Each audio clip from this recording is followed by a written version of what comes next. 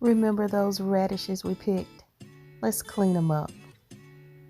Look at this nice rack my stepson bought me. It comes in handy. Meatballs cooking, boiling water for the pho noodles. Let's open that broth, chicken broth, with our nice little gadget. The noodles are ready. Let's stop the cooking by putting cold water on them. We're gonna build our flavors. That's our broth. Now we'll add some mushrooms. That whole radish is gonna be used. Take out the bottom, put in the green leaves right now. We'll use the rest for garnish later. Boil it.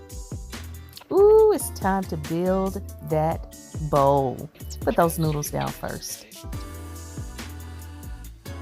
Now let's ladle in that delicious broth.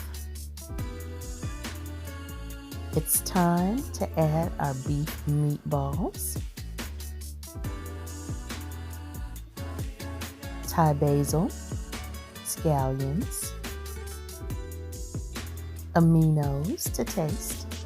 Plate bowl 1, bowl 2. Let's eat. Slurp that broth.